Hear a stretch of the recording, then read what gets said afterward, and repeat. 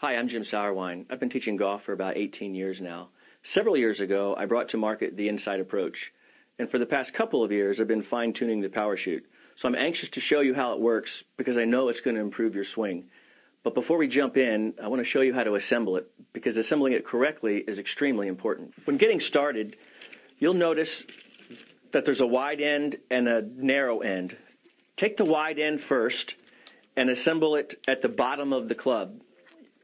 Ideally, slide it all the way down the bottom of the shaft, close to the ferrule, and align the appropriate letter at the top.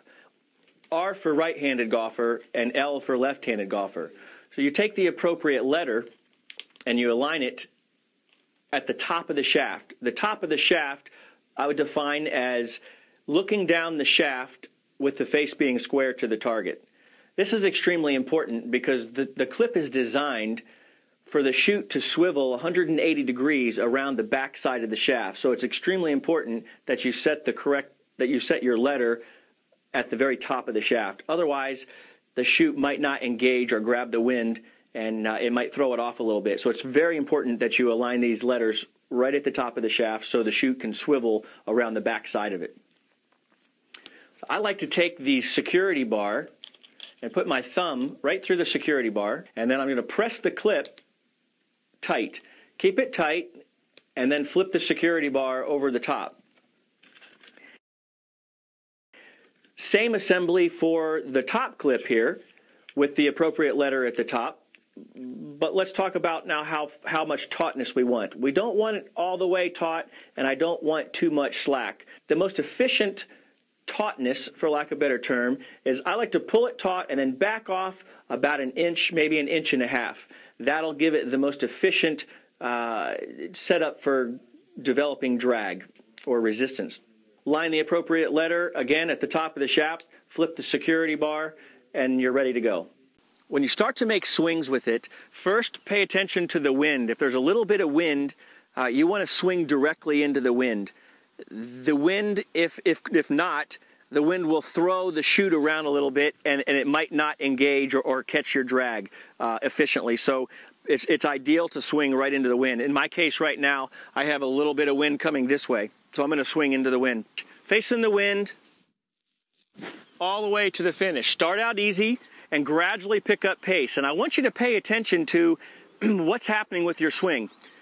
Again, this is important. Swing all the way to the finish. And as you start to swing this, the more you start to swing it, you're going to start to feel your body working. And sequentially, the body should be working from the ground up as it starts to move through. From here, my body, I like to feel the abs as you swing. And this would be a good thought. Feel your abs and your hips leading the way all the way through. Due to the resistance of the shaft, that's going to be much easier for you to feel. And the more you do it, the more proficient you're going to be at it.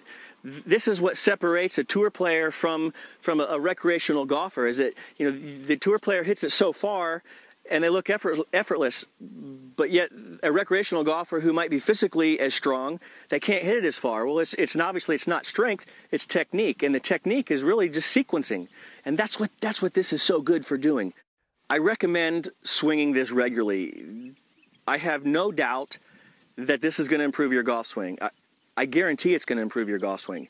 It's going to increase lag. It's going to improve your sequencing. And all the above byproducts of that are you're going to now be able to pinch it off of a tight lie. You're going to have more speed at the bottom.